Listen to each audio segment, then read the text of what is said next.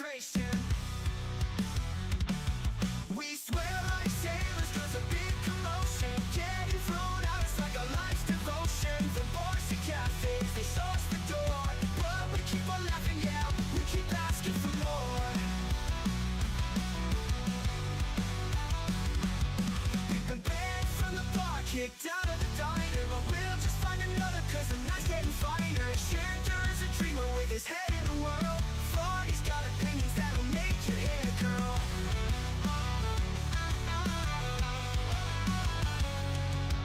Shandor tried to flirt, but it turned into a mess. He called her a lady, she heard hot mess. Fodd3r's on his soapbox, preaching to the crowd, but all they hear is noise cause he's way too loud. We swear like sailors cause a big commotion. Getting thrown out, it's like a life's devotion. The bars and cafes, they saw us the door, but we keep on laughing, yeah, we keep asking for more. So if you see us coming, better lock the door, cause Shandor and Fodd3r are always looking for more. We're a whirlwind of chaos, a two-man parade, and we'll keep on rolling till a legend is made. Yeah, we'll keep on rolling till a legend is made.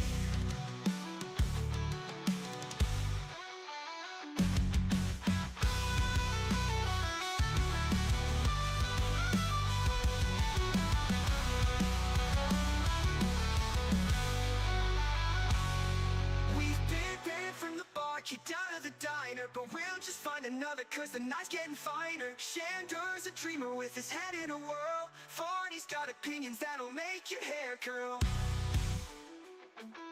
We've been banned from the bar, kicked out of the diner, but we'll just find another cause the night's getting finer. Shandor's a dreamer with his head in a whirl. Fodd3r's got opinions that'll make your hair curl. Shandor tried to flirt, but it turned into a mess. He called her a lady, she heard hot mess, didn't find her. Yeah, we'll keep on rolling till I let your hair curl.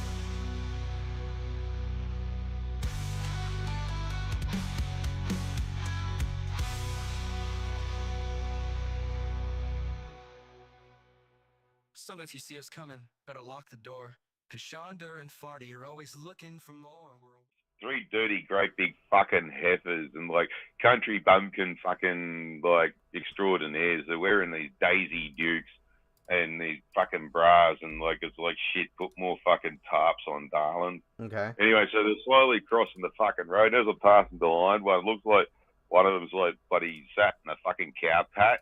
I'm thinking to myself, yeah, it's probably knowing the fucking inbred cunts around here. It probably is some bloody wives' tale they got. If you want to get yourself a fertile to go and get pregnant, go out there to the field and sit themselves down in the cow pat.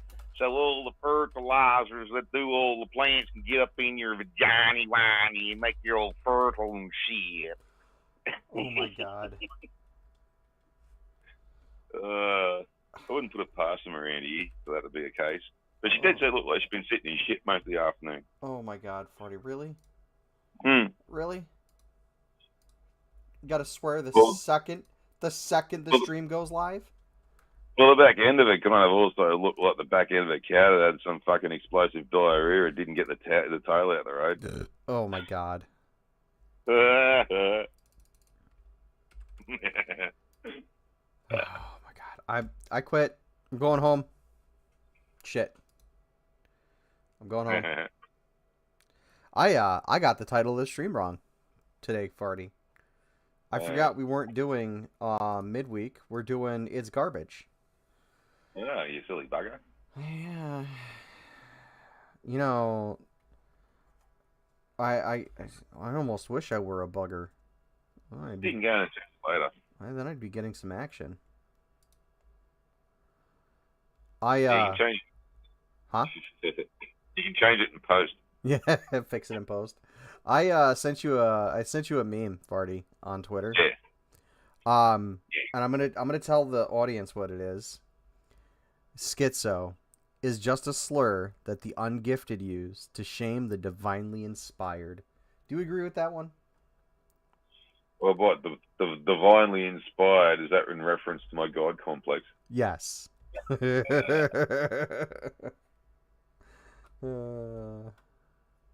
blame me that I can manipulate the weather just to ruin cunts' days. Oh. That's my excuse to it.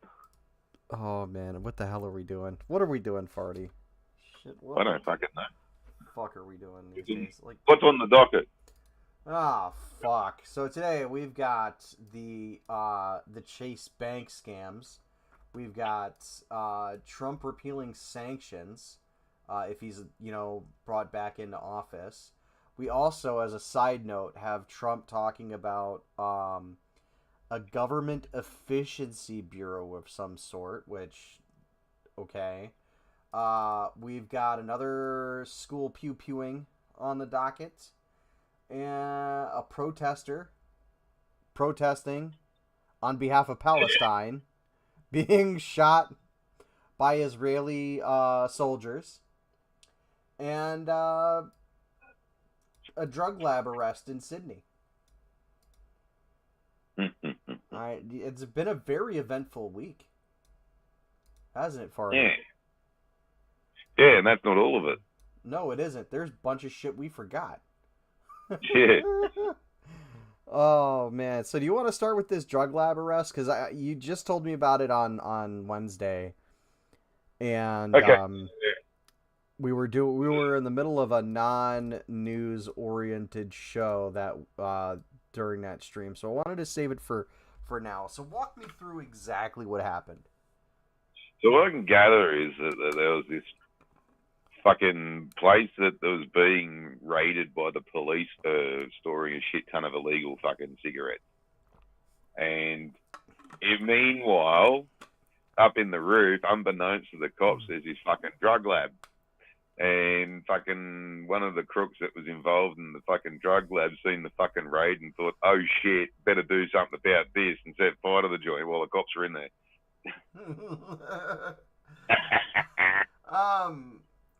That's the ultimate fuck around find out moment, isn't it? Well, the funny part about it was the cops had no idea the fucking drug lab was there, and if he didn't do anything, they wouldn't have found it. Yeah, that's great. So, what constitutes an illegal cigarette in Australia? That's a term I have never heard. Okay, so they went all fucking retarded with the bloody cigarettes. They're trying to get us to quit by financially holding us to ransom. Okay, So they went Tropic Thunder, got it. Yeah, so fucking cigarettes are stupidly expensive. In fact, like my mate used to own a tobacconist, and there was a bank next door, and he had like 3 or 4 times the amount of fucking value in stock in his shop than the bank had in their safe. Yeah. And that's now led to tobacco wars, where you've got all these people who are bringing in fucking tobacco from overseas. It's not being fucking paid, like the proper taxes and shit aren't being paid on it. Okay, so and you they're got cigarette cartels now. Yeah. So you can sell a $10 packet of smokes and pocket your $10 fucking dollars instead of like $9.50 going to the government. Huh. Yeah, but like it's way fucking more expensive than that. Like it's only about $3 or $4 for a packet of cigarettes, but we're paying like about $50-$60 of fucking tax. So what you're telling me, Farty, is that when you tax something to hell and back, it's the population that suffers as a result of it? Yeah. Huh. I never would have guessed that. And my wife... Yeah, well... I can't keep this shit up. Well, I'm at the fucking point now where I'm too financially stressed out to fucking quit smoking and fucking cigarettes that are making me financially fucking stressed out. Yeah. So, and of course, no one's fucking making that consideration, but like, oh, we're here to help you with your mental health. Guess what's fucking affecting my mental health, motherfuckers? Yeah. Anyway, so we've also gone to plain packaging, which by law they've got to have. You can't have like a packet of Marlboros or something like that. They've got to be olive drab because they thought that olive drab would scare people off. And for me, like camo, they couldn't have picked a better color. Yeah. Then there's all the stupid health warnings and shit all over them, and fucking all that kind of stuff. So you can't sell branded packets of cigarettes, and this is what they're usually doing, is they're getting cartons of, like, Marlboros from, like, say, fucking Asia or something like that, where it's like, $10 for a carton. Okay. And it's like they could sell it off here for fucking $150, and they'd still be $50 cheaper than actually buying the proper one. And in that way, you're pocketing the $150 for the carton instead of, like I said, spending shit tons of money on it and fucking getting 2 cents for your fucking effort and then fucking giving the rest to the government. This has even led to fire bombings and people getting injured and hurt, and fucking there's going to get someone killed one day down in Melbourne. It's like almost a nightly basis where there's a tobacconist getting firebombed. That's fucked even up. me mate, he got both his fucking shops broken into in the space of a couple of weeks because fucking there was a gang fucking running around targeting fucking tobacconists because it's that valuable. And then one shop, he got fucking completely cleaned out. They were pretty sophisticated. They had a fucking signal jammer to block the fucking mobile backup to the alarm. Damn. And then they got into the abandoned fucking shop next door to his shop, got up in the roof cavity, I don't know, fucking killed all the wires to all the cameras and stuff like that, and then fucking opened up the roof panel to where the alarm box is, got into that, fucking killed, like, chopped the fucking phone line, so, yeah, and then fucking chopped the power to it, so now there's no fucking mobile backup or anything like that. The alarm's fucking dinging away to nobody, and they had fucking pretty much 7.5 fucking hours just to take their sweet ass time emptying the fucking shop out, and they got into fucking everything. That's fucked up, dude. Was he at least insured? Yeah, but because it's fucking cigarettes and shit like that high end stuff, fucking pretty much it's on you to fucking make sure that they can't get to it at all. So if you fucking That's do get a fucked up, fucking dude.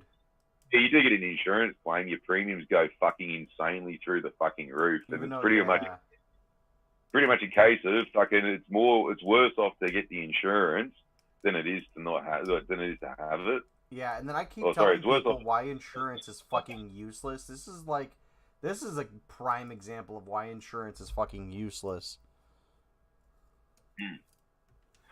Sorry. Well, Fodd3r. anyway, he ended up just shutting that shop up. He didn't bother reopening it.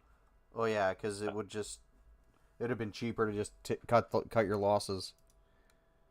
Well, yeah, and apart from the fact that it was just that insanely vulnerable, there was no shit that fucking easy. Like, the place next door was pretty much just glass windows and fucking, they no shit just got in and fucking climbed up in through the roof, and it was literally push a panel open, fucking climb up in, and it was literally walk a few paces, open up another panel, and you're into the next shop.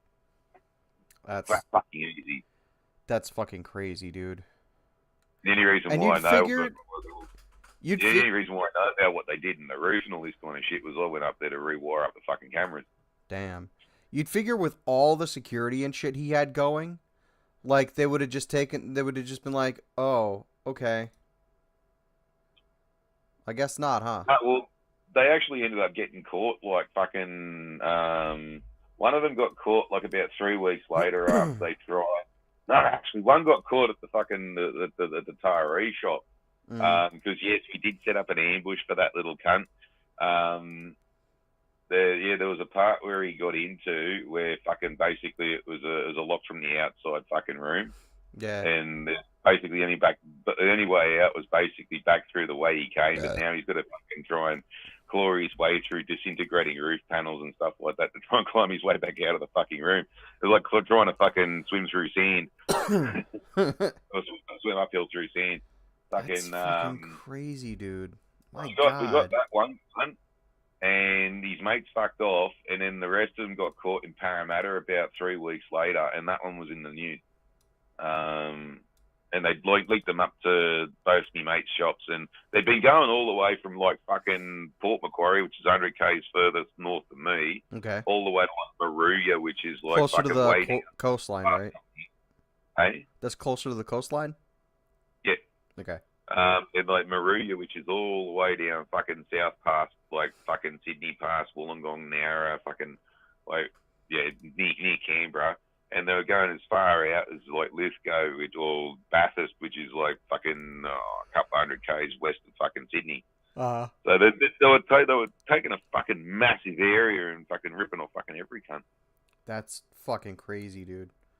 I can't imagine that, to be honest with you.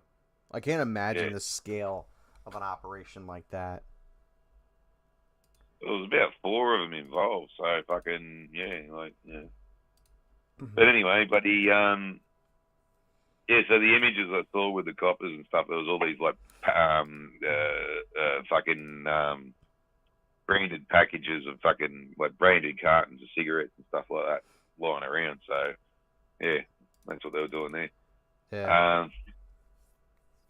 Funnily enough, I used to actually work for customs, and there was the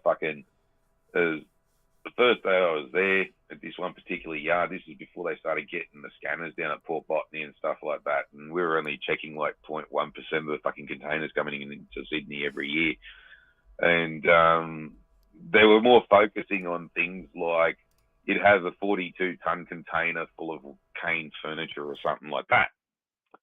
Cane furniture should only weigh a couple of tons, not 42 fucking tons. So Right. you put it in and fucking open it up, and sure enough, it's full of fucking magnesium wheels or something like that for fucking high-end cars, and they didn't want to pay the excise on it. Oh wow. So a lot of it was taxation and stuff like that, and it was all in conjunction with the fucking quarantine service and all this kind of shit too, because the previous yard that I worked at to get into this yard was more the quarantine end of it. Yeah. And we were a decoy yard, so if they had a problem with the fucking a discrepancy with the container, it'd come to us, where it'd have to go through a quarantine inspection. We had our own quarantine agent there, government bloke, and he'd get the instruction, right, this needs to go into Fumo.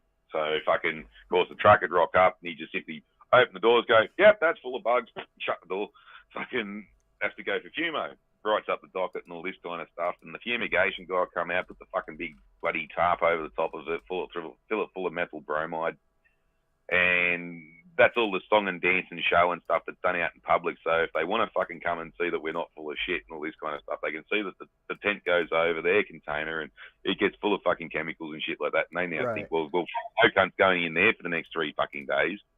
But what they don't fucking realise is a few hours later, a side loader will come along, pick the container up and take it to this other yard that I ended up working for, where they'll open the doors up, stick a fucking chemical nose in it, see the concentration, and even, put fans at the door and send guys in hazmat suits and breathing apparatus to pull the shit out, fucking send it through x-rays and open it up and stuff. The first day I was there, we had a fucking 40-foot container coming with computer parts and all the computers, like monitors and shit, packed the gullet full of fucking ecstasy pills and shit like that.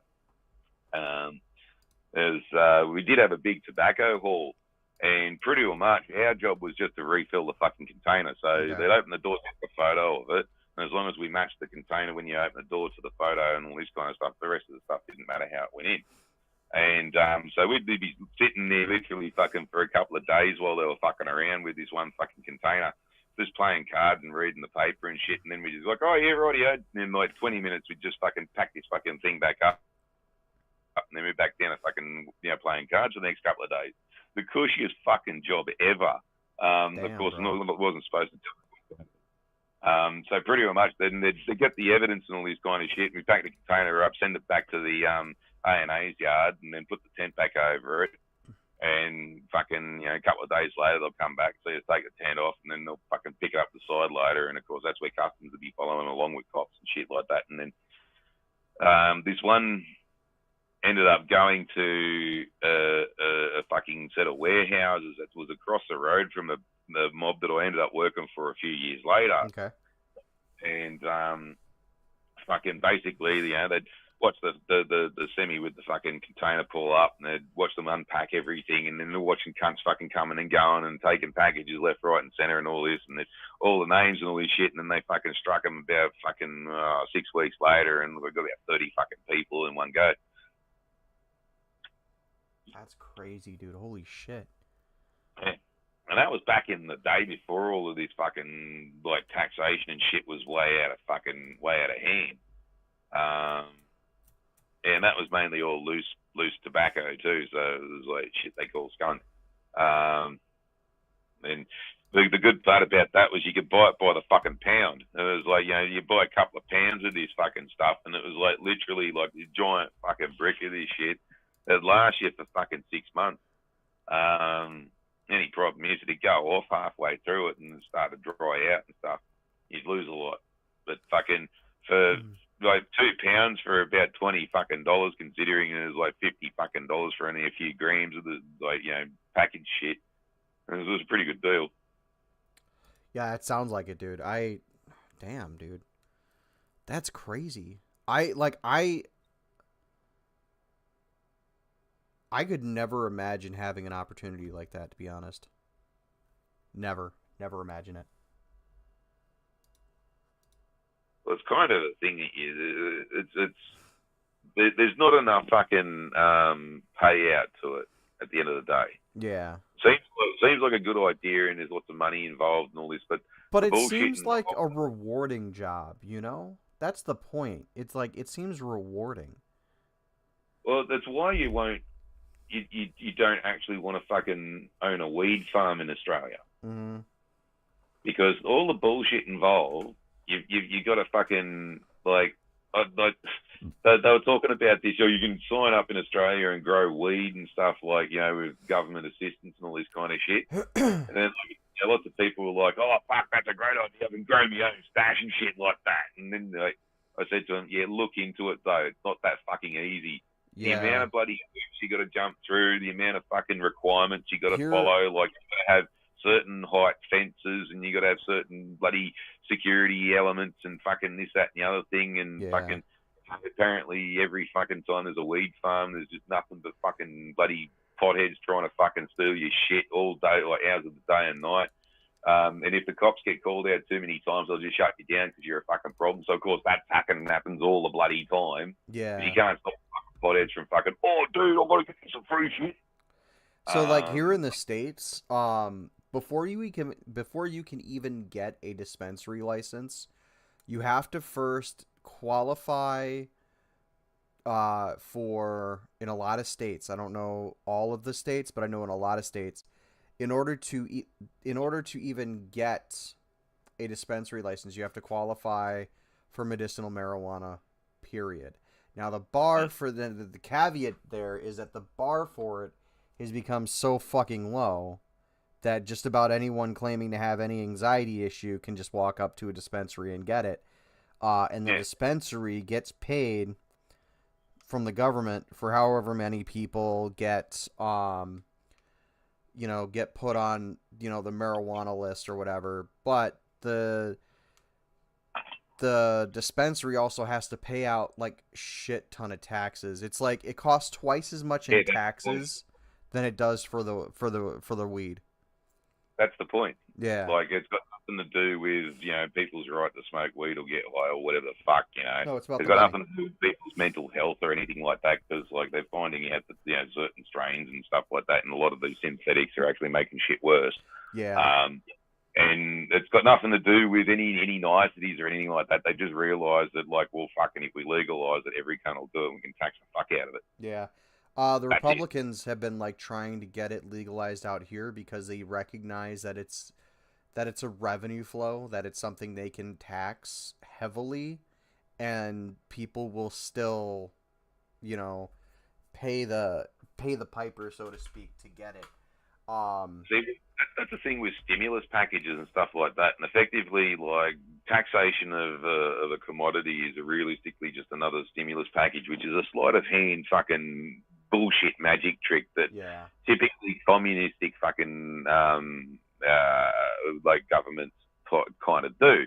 Like the Australian Labor Party did that when we had the fucking the Barry the Bummer fucking economic fuck up, and they tried to tout that as like it was going to be the economy saving thing, and fucking we're going to be making money back and blah blah blah blah blah. And fucking Potato Joe did the same fucking thing with stimulus packages and all this kind of stuff for cunts out of work and all this kind of stuff. The problem is it's just throwing away money. It's not making anything back, but what they go and tell people is like, oh no, there will be a return, knowing that everybody will do three major things with it. They'll put it in their car, they'll piss it against the wall, or they'll smoke it. The three highest fucking tax things out there. Yeah. So they'll get this massive chunk back when every cunt fills their car up and fucking buys a bunch of booze and fucking, a couple of cartons of cigarettes. Collectively, they'll get, $umpteen million back in a couple of days. After about fucking 4 or 5 weeks, they've got like 60% of it back, out of the taxes that everyone spent it on. And they'll go, look at this, we got 60% of it back. And then you'll never fucking hear of it again because that's all you'll ever get. Yeah. Because a lot of these aren't taxed that high, or they might even just put it on the fucking loans that they were asking for the money for in the first place, you know. Might Yeah, be the no. response. Yeah, I agree with you entirely there. It's And that's all it is too. Look, we'll fucking do this and we'll tax the fuck out of it, but it'll make a lot of money, and then everybody does it, and it's sort of kind of like poker machines as well, right? You put the fucking gambling, like the fucking what's it called, the tease of gambling out there. People are gonna fucking gamble, and the same thing with this. If you're gonna put fucking the weed out there and fucking people want to do it, they're gonna fucking do it, whether it's gonna cost them a fortune or not. And if you have some of these things, and like, you know, it doesn't matter what people fucking say, weed is fucking addictive. Because you tell a fucking person who smokes a lot of weed to stop smoking weed for a week, they'll make up every fucking excuse under the sun as to why it's not an addiction, but they can't fucking do it. And that's basically the sign of an addiction. yeah. And you know, like, so you get these people hooked on these fucking synthetics and all this kind of shit, and the fucking edibles and the whatever else is, because they're allowed to do it, so they'll do it to excess, and it'll get into their system, and they won't be able to operate sober, so they'll be functioning fucking drug addicts, paying through the nose for all these bloody taxes, and the government really won't care because they're getting the money. They couldn't give a shit what the state of the fucking person who gave them the money is. And then the government will turn around in about fucking 6 or 7 months and go, hey, look at all this money we've fucking generated whilst everybody's poor ass on the fucking street. Yeah. It's that leads me into the next thing that I wanted to talk about that I remembered because of this whole little tangent from the illegal cigarette lab. That's still weird for me to fucking hear and say. That one's going to take a little getting used to, Farty, so please bear with me on that one. If it was an illegal cigarette storage joint. Well, isn't that very similar, sir? I'm fucking around, okay? I'm having a laugh at you, Farty, okay? Let me just fucking have this, alright? Damn it. Oh, that was a joke. And then you burped at me? Instead of laughing, you burped... You're an asshole, Farty. I'm done. I'm going home. But no, that does bring me to potentially to Camel Toe's new theft of Trump's fucking platform. And huh? Which part? Oh, all of it. And then she wants to put a cap on groceries and shit. Yeah, we spoke about that one a couple of weeks ago, and I basically said, yeah, it's pretty much fucking communism is the opposite to capitalism. It'll lead to bread lines and all this. And I've noticed there's quite a few pundits and stuff and who have basically said the exact same thing. That, yes, it'll lead to the bread lines. It's Soviet fucking era kind of fucking bloody nonsense, and fucking it didn't work out for them, and you know, it does exactly do what I said it would do. Yeah. Because we're a global fucking thing nowadays. Yeah. Nothing gets all in one place. You've got to get something from somewhere else, and that's going to be not subjected to this price capping nonsense. So you're going to have to pay the extra for whatever you need to get from overseas. The only way this works... Someone bites the bullet and makes that bespoke thing for you at a price cap as well. Fucking, which means that you're not going to be able to make as much stuff because you can't make enough money to buy the same amount of equipment for blah, blah, blah, blah. And that'll be a downward spiral where you'll be forced to lay off people to try and keep the fucking company running, which, you know, maybe you're banking on fucking the four more years of fucking somebody else after this cunt. And maybe you might be able to survive until then. But then, you know, you're looking at fucking Camel Toe here and she'll do something catastrophic and, you know, fucking piss a bunch of countries off. Like Vietnam was almost on our fucking side and she went and spoke to them. Now they're siding with the Russians. Yeah. Fucking, she'll do shit like that and then make the economy worse, and then the spiral will just get faster and faster and the companies won't last. And then you'll have just mass layoffs and unemployment and all this kind of stuff. And as I said also too at the time, that the price capping would be a good idea at the time, but once everyone gets laid off and shit like that, the price cap was around when the money was there, but now no one's got that money anymore, so the price capping would be even fucking more worthless. Well, the only way this works is if they open up the pipeline and they get the pipeline back and, back going, and they go ahead and they fucking finish it so that there is foreign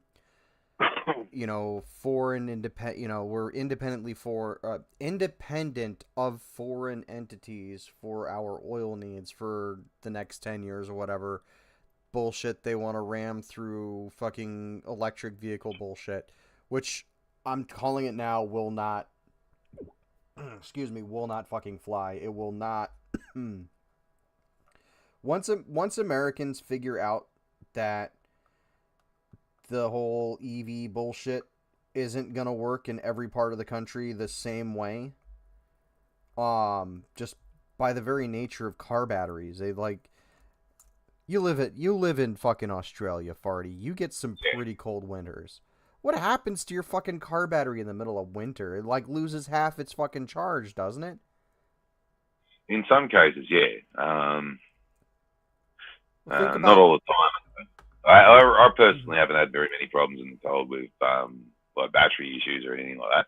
But the EVs though, we have problems where we have towns that run off generators and stuff like that in the back of buggy.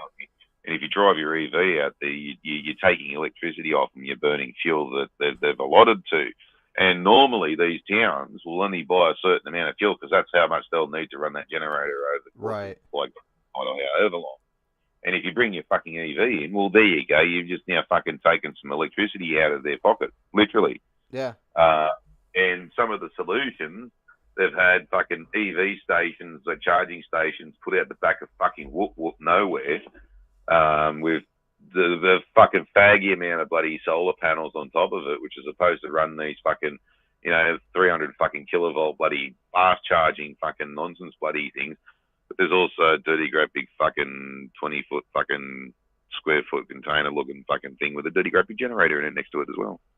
Yeah, so the whole EV thing, fine, cool, whatever, but it's not going to work in every part of the country, especially here in the Midwest. In the Midwest, we're kind of like Canada's butthole, if you will, right? We're smack dab in the middle of the country.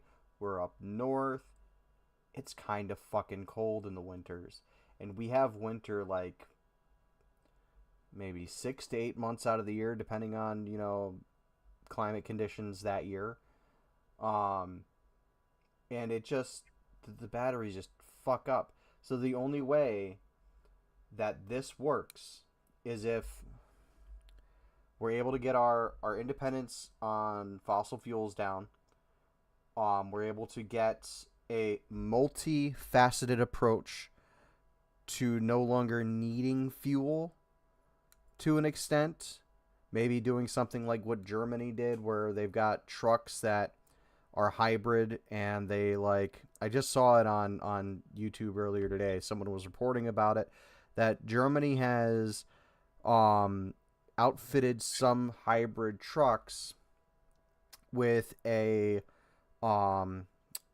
induction charging device that skims along the power lines that they run over the highway in Germany, and it skims, and as it skims, it saps a little bit of power, and then it recharges the thing so that when it so that it can go off of fuel and just keep driving for however long it needs to keep driving. There's one of those. They're talking about hydrogen.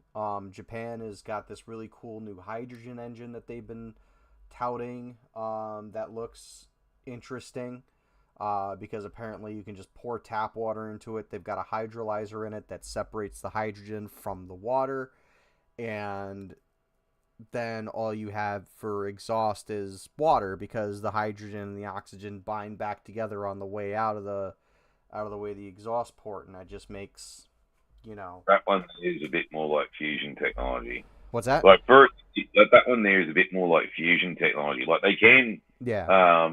use electrolysis to separate hydrogen and water and all this kind of stuff. It's just that the devices that you need to power a car like you would with like a tank of fuel, like to produce that much to run it like that, would fucking be massive. But Unless you're able to maximize the way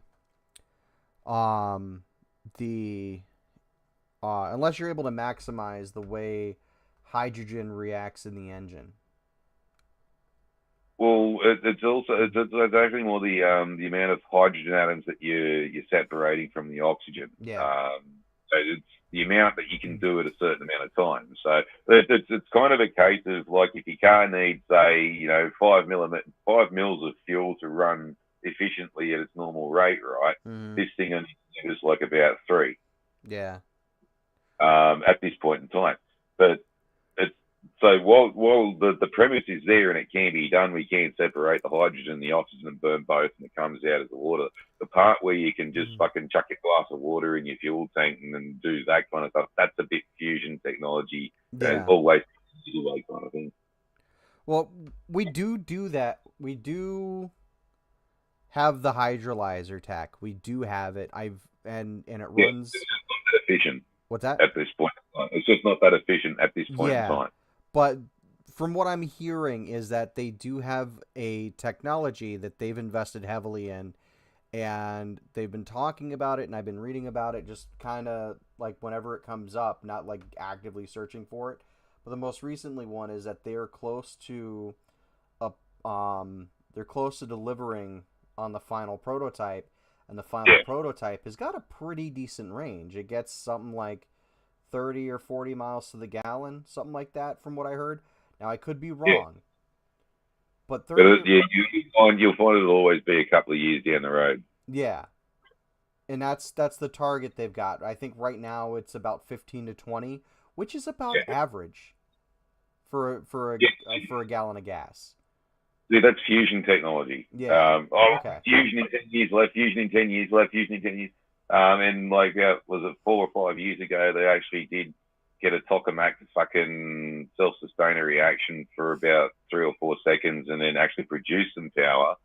It was only point fucking 1 volt or something like that. Nothing that like wouldn't even charge your fucking phone if you left it for an hour or something. Like fucking, but the point was it had gone from only putting power in to actually getting some power out of it. Yeah. To actually get the thing to sustain the reaction and actually have it as a working fucking reactor where it can do something like a fission reactor does at the moment, like producing enough power to like do 10,000 houses. That's 10 years down the track. Yeah. Which 10 years down the track will still be 10 years down the track. Well, it's still, though, it's 10 years down the line. Being 10 years down the line, the tech is progressing at a pretty decent speed right now. From everything I've been reading, is the point that I was trying to make. And okay, sure, 10 years time where we don't have any fossil fuel engines. Maybe we have more hybrid. Maybe we have more things running on kerosene. Kerosene's a pretty good fuel. It's not maybe the most efficient, but it's still a decent enough fuel. Ultimately, the whole point with fusion reactors is that it literally is fusion cores from fucking fallout. The technology is that safe and that, there's zero radiation coming from it. Right. And you're supposed to be able to use any element as your reactant and all this kind of stuff. So, like in these tokamaks, they're mainly using hydrogen. Because it's abundant. And like, so you could literally have a little fucking fusion reactor in your home, powering your home, right? And not actually having something coming off a grid or anything like that. No batteries, no nothing. This thing will just sit there ticking away forever and a day. Now, if we do something like that, that makes fucking EVs a hell of a lot more fucking a lot more viable. Because another thing that we don't have with EVs at the moment is enough fucking power to charge them all. Like, you look at California, right? They went fucking 8-hit on the EVs. Now they're going to have fucking brownouts and fucking slowdowns. Oh, they had that even beforehand. They would have scheduled rolling blackouts. They literally schedule, okay, you're going to be without power for this week to this week to this week. And then you're going to be without this, that, and the other thing. They have that in California. And Yeah. they... What the fuck are you supposed to do? Yeah, it got even worse when they fucking went, stupid on the EVs and stuff. Yeah. And that's simply because the fucking state cannot produce enough power. Yeah. And this is another thing that we've got everywhere else in the world, is that our grid is okay for what we've got now. You get umpteen million people to now have these fucking great big devices that need thousands of fucking volts every fucking day. Like, the grid's just not there for it. But if everybody had, like, a fusion reactor in their own house, then the grid will be able to go back to industrial fucking power and stuff like that. And in some scientific field, the only thing that's really stopping us from progressing is the amount of power that we can produce. Yeah, and the fucked up thing is that there's actually information you can get online to build one yourself. And I'm not saying to go out and do it. I'm not saying that it is safe. I'm saying that there's information that a fucking 14-year-old boy went and did it. That's a fission reactor. It's a little bit of a different thing. I'm just saying that there's the fission reactor was it's a little more complicated than the fusion reactor. No, it's the opposite. Is it the opposite? Oh, okay. Yeah, fission is so much fucking easier. It's not funny. You're literally just putting two shit next to each other and it reacts. A fusion reactor is you're trying to get something to burn itself into a self-sustaining plasma, where it effectively becomes its own self-sustaining fuel burn kind of thing, and the energy that comes off that. Okay. Well, at any rate, the tech exists and there's documentation. People can make it themselves. Do I recommend it? Probably not. Leave it up to someone who actually knows what they're doing. Leave it up to someone who knows what they're talking about. But you could do it in your basement. So the only way, but getting back to the topic at hand, is the only way that any of this shit works is energy independence. And I don't see the Democrats, and I don't really see the Republicans, to be honest with you. I don't see politicians in general. Many dumb fucks who think fucking Chernobyl and shit and the stuff that they only knew back in the fucking 80s and that span of time, and the waste from the original reactors are still sitting in the fucking car park and it's not taking up very much space at all. Like, the reactors are vastly fucking safer. We don't fucking make the RBMK fucking reactors like they do in Chernobyl. We don't do the stupid shit like they do. And you have a look at Fukushima. Fukushima was a really rare event that you could never fucking plan for. Yeah. It was vastly beyond everything that they could plan for, and they were thinking worst case scenario with that.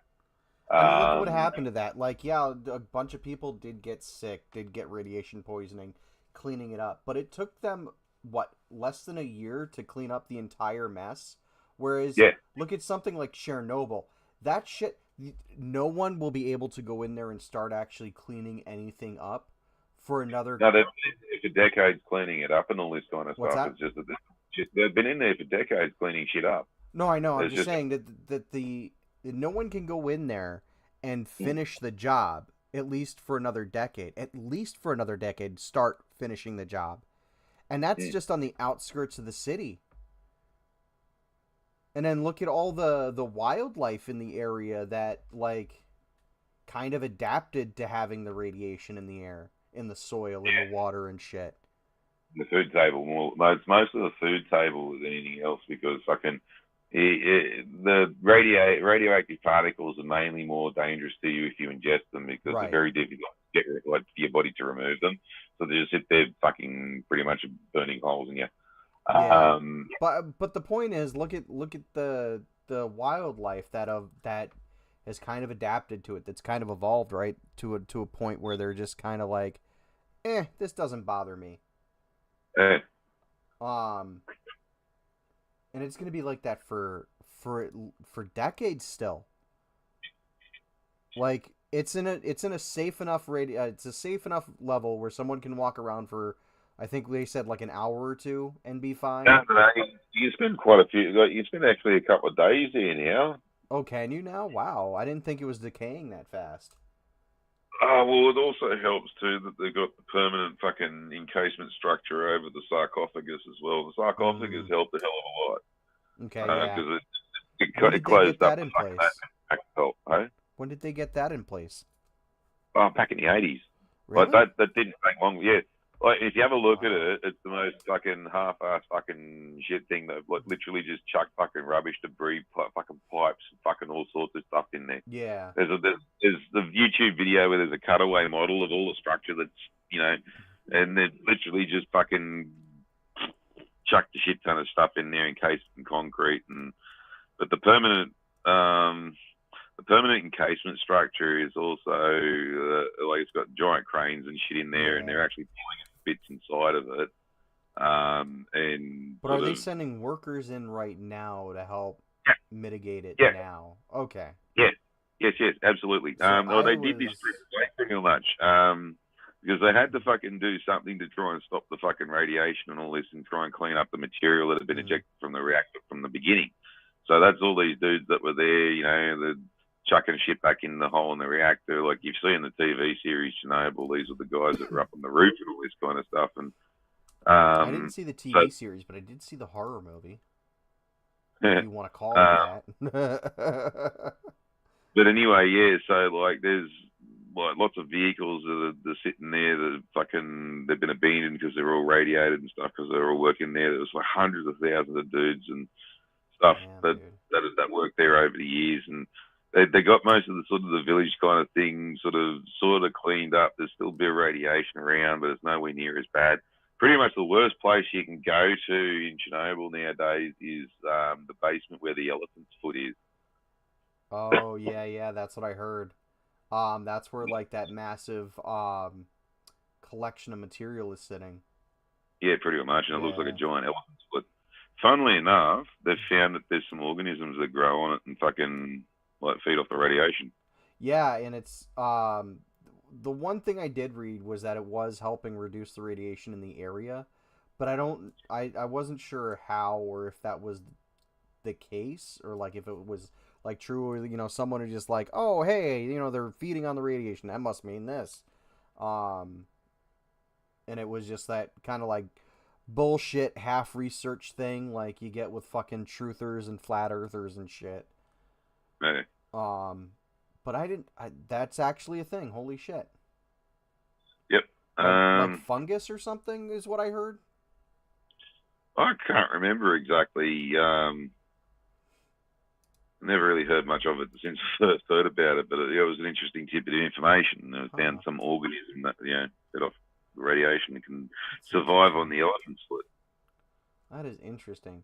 But yeah, Yeah.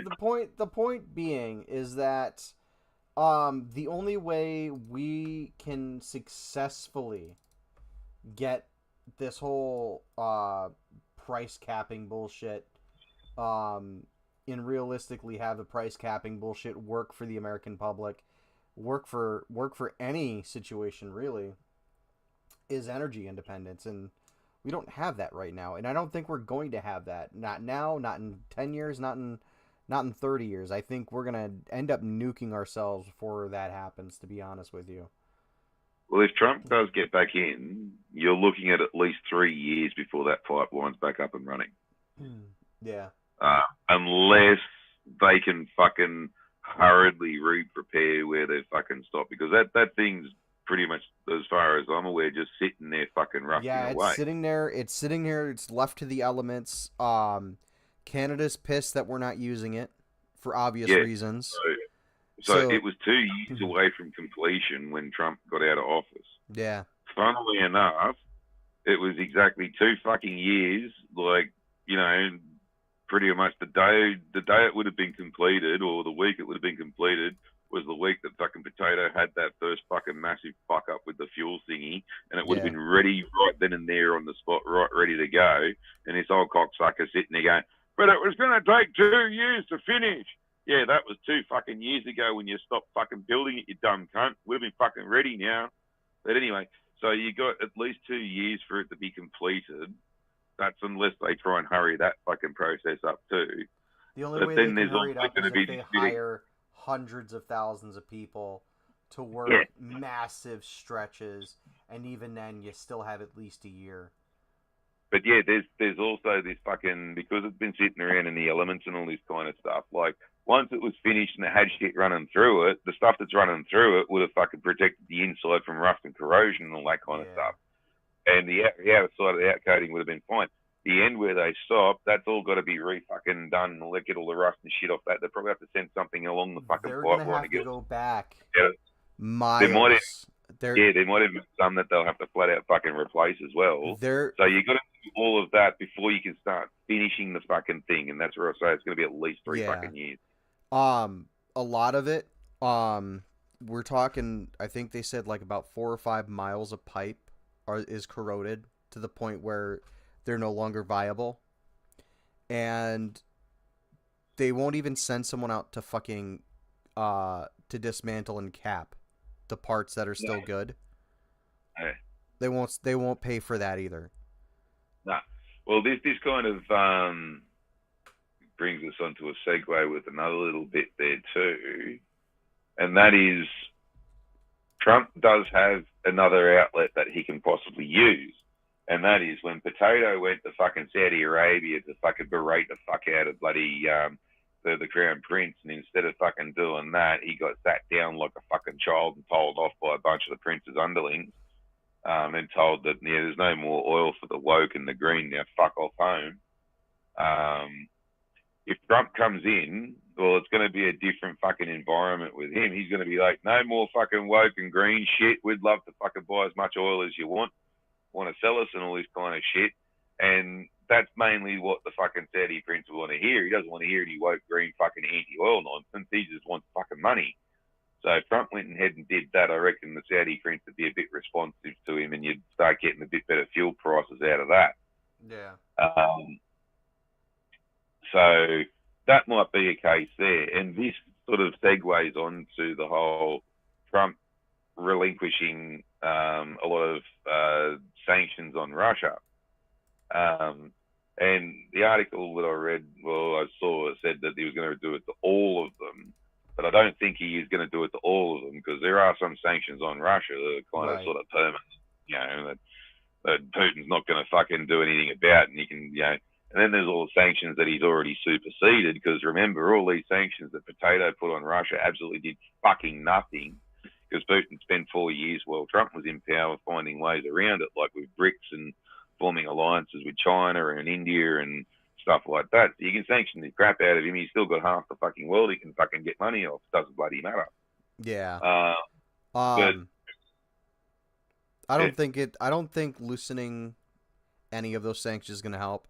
I don't think loosening all of those sanctions is going to help, to be honest with you, because as you pointed out, Russia is doing fine by itself. Yeah. Russia has fucking North Korea. It's got China. It's got fucking the UAE in its pocket. However, there are a few things that that Russia still wants that they can't really get. Take aviation parts, for example. Like the sanctions do make them suffer with like proper Boeing and Airbus parts and stuff like that, and they even got to a point where their planes were being repossessed in other countries because they fucking sanctions and whatnot. So if you release those kinds of sanctions and whatnot, especially for the government-run airlines and all that kind of stuff, and they're allowed to run safer fucking aircraft, right? And maybe be allowed to operate back into Europe and some other places. That'd be an incentive for Putin to sort of be a bit lenient on certain other things, depending on what you're asking for. Because Putin ultimately just wants Russia to be like an economic fucking player in the world. He just wants everyone to get along and fucking trade and all this kind of shit. This bullshit you Yanks have been told he's a megalomaniac and he wants to take over the world. A load of crap. He doesn't fucking want that, never fucking has. This has all got to do with a lot of fucking stupid old cocksuckers who can't grasp the extremely simple premise that the Cold War's over. And so they just want to punish the fuck out of Russia for the sake of punishing the fuck out of Russia. Now, Trump did put shit tons of fucking sanctions on Russia, and it's true that he put more sanctions on Russia than fucking Potato ever did. But the thing with those is that most of them were fucking fair, all right? Yeah. They were like, okay, if you do this, we'll look at relinquishing on this sanction. This sanction's here because we don't agree with what you've done there. if you fucking see our point of view, that sanction will fuck off too. Potato just went, nah, sanctions for the fucking hell of it, because you're Russian, sanctions because your name's fucking Ivan, fuck you bastard. Because I woke up and I pooped my pants this morning, here's another fucking sanction, fucking, and there's no reasons for them for a start, and there were no fucking outs for them. So Putin was basically like, well, if you're just going to be a cunt for the sake of being a cunt, I'm just going to fucking ignore you, cunt, and do me own thing. No, I agree with you. It's 100%. When Biden took office, the very first thing he did was start dropping sanctions because Cold War. It was a thing. But that being said, that does lead me to that does segue to our next little mini topic that I just saw. Just before that, so this is where Trump can fucking use this in the war of Ukraine with Ukraine as well to give more bargaining chips. Because it's not just a case of he can just ring Putin and say, I'm telling Zelensky to fucking stop his fucking bullshit, and he's never joined a NATO, and Putin's now in a position where he's got the negotiating fucking the leverage. He's got the fucking power and shit. We've got nothing to fucking stand on pretty much, but to give him what he wants. Yeah. But if Trump can turn around and sweeten the deal by like, well, we'll fuck all the potatoes fucking sanctions off for a start. We'll fuck all that off. We give you fucking, you can come into Europe with your aviation again, and fucking we'll allow you to buy fucking parts off Boeing and Airbus. How's that? We can chuck in a few other bits and bobs, and if you fucking pull this out here, if you pull back to this line, we'll fucking relinquish this fucking sanction. We'll tell the Ukrainians to pull out of fucking Kursk, and if you only just go back to the border there, we'll pull fucking these sanctions out, and fucking, he can do things like that, sweeten the deal with that. But it's also up to Putin to say, yeah, but that's only for 4 more years. What happens when the next fuckwit comes in and starts it all up again? Yeah, which he will. Which they will, because we'll definitely get fucking more. Another Democrat right after, if Trump gets in, then it'll be another Democrat right away. If you have a look at the way that Putin sees it at the moment, and this is exactly how the world is, America is on its way out. If America is to stay around, everybody needs to fucking get with the Yanks and help them fucking prop them up. But nobody really wants the Yanks around anymore. Yeah. And everyone's sort of kind of fine with, well, we're fine the way we are. Why do we need these cunts back to upset the apple cart? We can just sit on our hands and let them fucking suffer. Yeah. And go.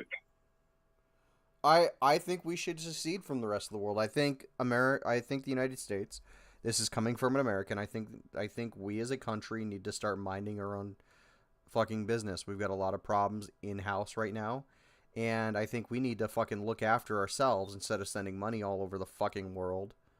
There's a little element too, is that you kind of got yourself stuck in being the world's police, and you're in every cunt's nose at the moment, and this is one of the major problems with BRICS.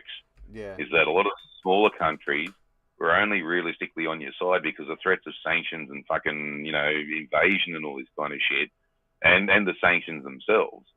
And pretty much you've given them a bunch of fucking humanitarian loans that were designed that they never were going to pay off. They were literally, basically, you had a whole bunch of people renting your properties to pay off your mortgage.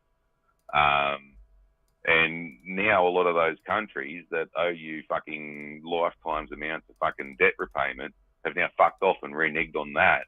There's a whole bunch of currency that your GDP isn't getting paid back into it anymore. So you're now starting off on an even worse fucking financial footing as it is.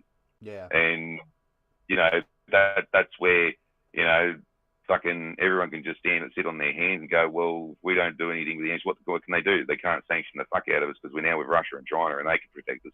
They can't invade us because Russia and China have said they'll protect us against the Yanks and the West. Yeah. Fucking can't fucking convince us to come back because we've got a better deal now. Suck eggs, everyone.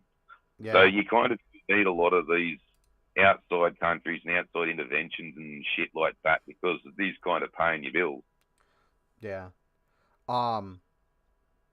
So this is just a quick little story that popped up. There's not really a whole lot to talk about here. But the judge who is currently involved in Trump's sentencing, which would make him which would convict or not convict, because the judge can. The big brown beaver fanny fucking stupid bitch cunt fucking slutbag, or is this the Tales from the Crypt Keeper cunt from New York? I don't know. All I read was this is the thing. So the date that the judge has set for either convicting or throwing out the case, because the judge can go either way on the sentencing date, and I want people to realize that's how the justice system works here, that the judge can just go, you know what? I've heard your arguments. I've heard your suggestion. I don't think he's guilty. He's walking free. The judge could do that as well. But the judge who is in charge of the case right now has set sentencing for after the election. Yeah, so he's won it, pretty much. What's that? He's won it, pretty much. Yeah, so either the judge is siding with Trump or the judge isn't siding with Trump, based on the facts of the case. Because if it were done any other way, I would be kind of pissed off, to be honest with you. Especially if they waited to see if Trump won the election and used this as a way to keep him out of the White House, because now he's a felon, even though this cunt's lost his bottle. What's that? Because a lot of people, I think this cunt's lost his bottle. Because the writing's on the wall. Trump's winning no matter what. Doesn't matter what the Democrats do. But they fucking shoot him again. They actually fucking succeed. They're going to have a civil war in their hands. If they fucking fuck the election, they're going to have a civil war in their hands. And this judge has probably realised, if I help these cunts do this, well, fucking, they'll have me hanging from a fucking street pole down fucking 9th Avenue, you know? Yeah. Fucking. So I think some people are sort of going, yeah, now it's not worth the gamble anymore, or we're about to fucking lose, so might as well change sides. So maybe people might forget that I was on the other side before. It kind of goes back to what I said last week, doesn't it? Where all these people are coming out of the woodwork in favor of supporting Trump, where previously they were like, fuck him, he's the devil, and we need to burn the witch at the stake. And they're doing it so that they don't, they don't catch hell when Trump gets reelected, and they're hedging their bets that Trump gets reelected, and they're not put on the, they're not put in front of the firing squad, so to speak. Pretty much, They're not going down with the rest of the rats on the ship. That's I guess the more apt analogy. This whole situation is exasperating. Continuing in our, I guess, political coverage, there was another school shooting this last couple of days ago, day or two ago. Whenever it was, I sent you the link for the first thing that got deleted initially. Wasn't there one today as well? What's that? Wasn't there another one today as well? If there was, I don't know. I don't know, dude. I just sent you the link the other day. It got deleted.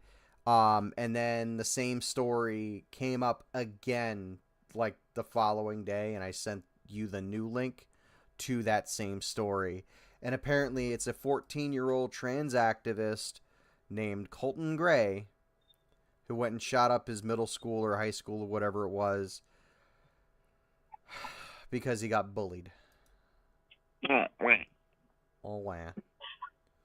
Look, the conversation that we're having, and I agree with other people that have said this thing, the conversation that we're having shouldn't be about guns. It shouldn't be about weapons. It should be about the state of the mental fucking health problems that are just popping up out of the woodwork. No, we should be focusing on the arsehole fucking uni fucking lecturers who are teaching these teachers to fucking, it's okay to teach kids all this fucking weird shit. That's one part of it, yes. Blah, blah, blah, blah, blah, and all this to brainwash the fucking kids into thinking that way in the first fucking place. That's one part of it, They yes. can't But read another... right, but I bet you they know they're in the wrong fucking body. Fodd3r, would you or would you not say that that's some sort of mental health problem? Some sort of crazy problem? Not necessarily. I think it's more fucking Stockholm syndrome or some similar thing like that than anything else, because these kids have been brainwashed by these fucking weirdos for a good portion of their lives and stuff, and then the system fucking comes along and does things like say, oh, well, if your parents fucking say anything about you being trans and stuff like that, tell us so we can call the cops on them for child abuse and whatnot. You know, that's what they fucking tell some kids, right? Right, and And it's fostering an environment where they don't have a sense of identity anymore. They don't have a sense of self. They have a sense of, oh well, an adult told me what to do, and I hate my parents, so go fuck my parents. But But that's not a mental health disorder. That's more programming than anything else. Like it's like a cult yeah, programming. but after a while, that programming becomes very, very like there's been studies done where it damages you psychologically, and it does and it does shit like I. All right, so I'm gonna pull a band-aid off here. I was part of a brainwashing bullshit when I was a teenager, and it is so easy to brainwash teenagers. I was brainwashed into some pseudo religious bullshit, and I'm not gonna go into detail about it, but like to this day I still feel like some of the effects of that shit. Like there's isolation shit they go through, that they put you through, separating you from everyone and everything else. There's weird punishments they do too, like having you stand in the middle of a room for 13, 14. You're not allowed to walk, you're not allowed to move or speak or anything. You are supposed to stand there like a fucking statue 13, 14 hours a day. You're allowed to sleep for 2 hours. There's sleep deprivation shit going on there. Just a bunch of creepy shit. I don't know to what extent any of this shit goes through, but the reprogramming shit takes a long time to undo, and it does become a mental health issue. And even at its best, it's still doing some damage to you psychologically, and that's the argument that I would make. And we're not having the conversations we should be having about, you know, trying to keep families together, having an economy that allows families to stay together, that allows families to connect more, that allows parents to check in on their kids, and that allows the children to have a sense of self. Because, like you said, it's the fucking teachers and the university lecturers and the college professors who are, you know, coming out of the woodwork to go, it's okay to wear a dildo on your face, and essentially grooming these children. It's all right for a big, fat, sweaty, hairy dude to fucking wear a dress and sit in the library and chuck a leg spread and show every cunt his testicles while he's reading stories about fucking drag queens to fucking little children. Yeah, and there's a larger conversation, I think, to be had, that there is a psychological epidemic going on right now, and it's some of it is an attack, some of it is a what's the word I'm looking for? Some of it is it's a concerted attack on the population, and they're attacking the youngest, most vulnerable. It's happening with the old people. Have you seen it with the older generation too? It's fucking wild. Oh yeah, you know, that's one of these things I don't fucking get the most out of this stuff, because it's like fucking 40, 50, 60-year-old fucking Sheilas who are going along with this fucking nonsense. Like, oh yeah, we can't identify a woman, and you know, a bloke who tucks his dick is still a girl because he feels like it, and men can have fucking babies and periods, and it's like, what the fuck is wrong with you, cunt? Yeah. Have you the whole fucking time, you stupid old fucking bat cunt? Like, how the fuck have you got those jobs if you were fucking thinking this shit the whole fucking time? But, like, if you didn't, why the fuck are you all of a sudden going along with it? Why are you telling these stupid cunts to grow the fuck up like you should be doing? Why is it under games and demos? No. Seriously. This is the hippie generation, too, that's, you know, that's that old. So, you know, fucking... They're running around thinking that they should deserve the same respect as fucking the generation before them, which was the World War II people. And let's face it, not very many people went to Korea or Vietnam in consideration of World War II. So they're running around still thinking that they deserve the same fucking respect, whilst also being the biggest bunch of assholes on the fucking planet. Yeah. It kind of. All right, I'm gonna holster my rage, and I'm gonna try and get back on topic here. So yeah, those are the facts of the case right now. I believe the shooter in question has already been to court. I believe that he's already been tried, and now they're looking either for conviction or acquittal, depending on whatever the rest of the thing, whatever the rest of this proceeding gets to. I haven't been able to read up this morning on where we're at in it. I just know that there was a hearing, and god damn, that was the fastest fucking hearing I ever fucking heard of.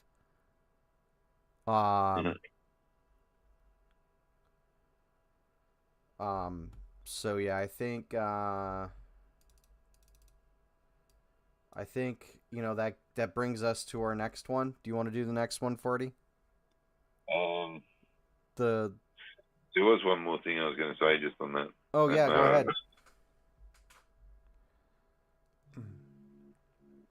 Go ahead. About more the Queen's thingy.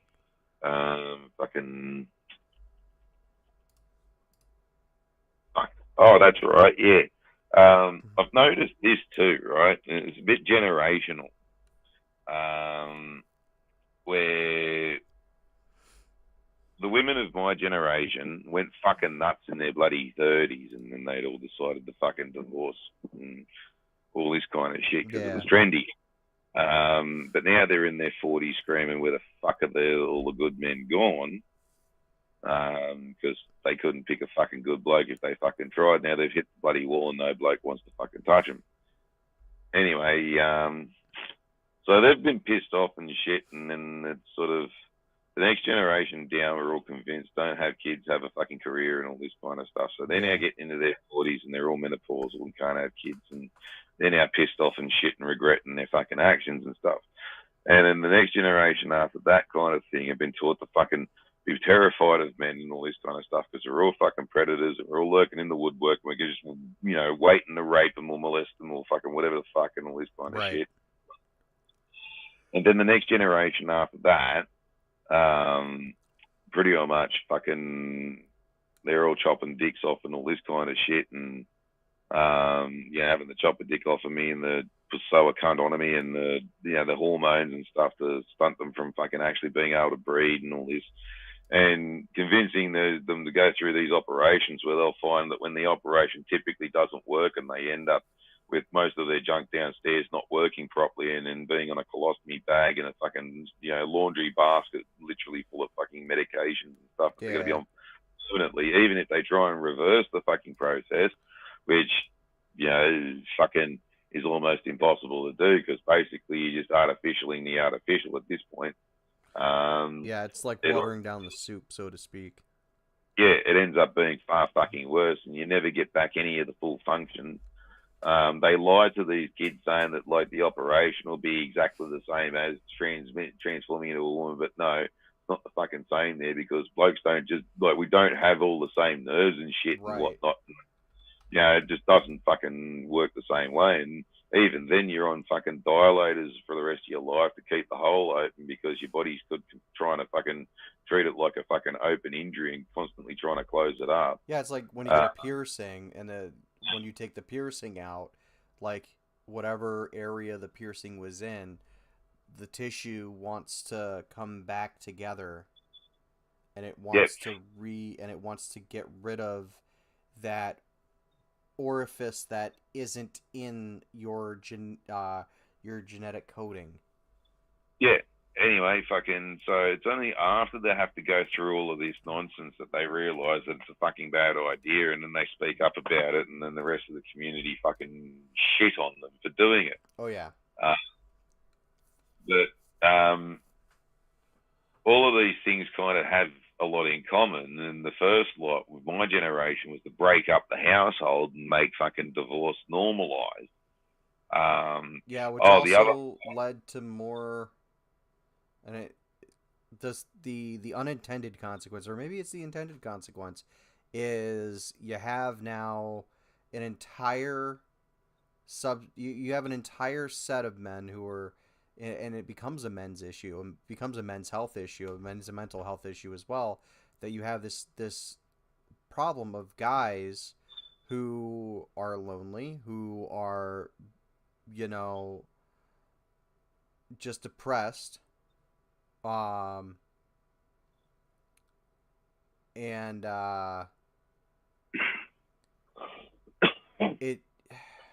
it just becomes a massive fucking problem. well, another thing that runs in parallel with every generation after mine is the rip 'em off Olympics. So that, remember, the next generation down from mine was mainly fucking career orientated, don't have kids and all this kind of stuff. And then coinciding with that, if they weren't trying to do that, you were trying to fucking just marry someone that had money, and then fucking after a couple of years take them for half their shit. And that sort of follows generations either further down.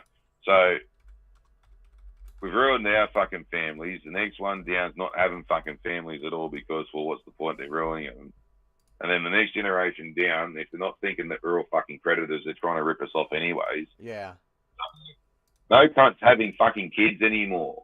Yeah. And then they fertilize it by fucking sterilizing and fucking mutilating people so they can't have fucking kids anyways, and they're convincing them on that. You have a look at the fucking trends with fucking LGBT nonsense. Well, what, 20 years ago it was what, fucking 0.1%. Like now it's like fucking 77% of all fucking school kids now want to fucking touch each other's wee-wee. All of a sudden. Yeah, I don't get it myself. Yeah.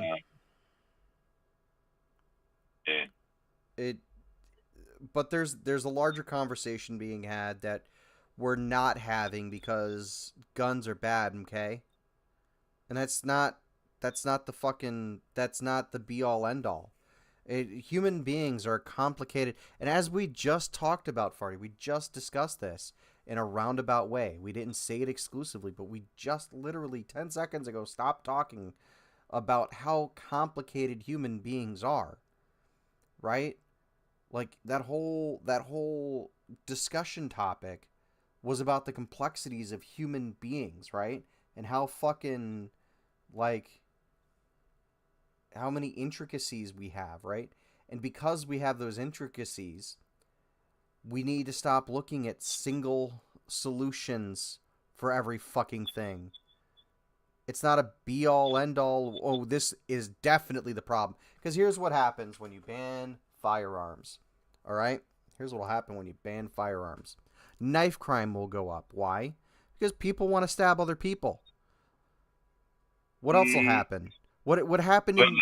Only the criminals will have guns because the criminals don't follow fucking laws in the first place. And if you want to fucking argue with me on that... Oh, no, I agree with you. I agree with you on that. Fuck, I'm doing this for the audience, dickhead. But Australia's fucking firearms laws didn't fucking work. Now, basically, only the crooks have fucking guns, and that's about it. And there's more gun violence now than what there was before Port Arthur. Yeah. Okay, continue, sorry. No, I forgot where I was.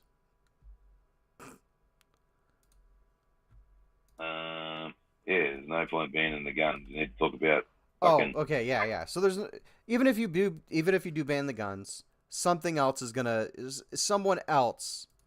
is going to do something stupid with fucking with something.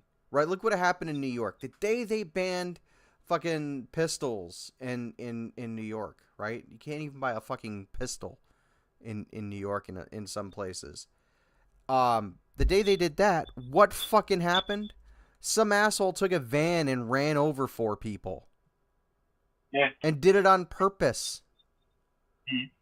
And who was it? We had that argument too. Like you say, like, Yeah. oh, yeah, what are you going to do? Ban the guns? Well, fucking people are going to use knives and shit then. Well, what are you going to do? Ban the knives? Well, what are we going to fucking eat with?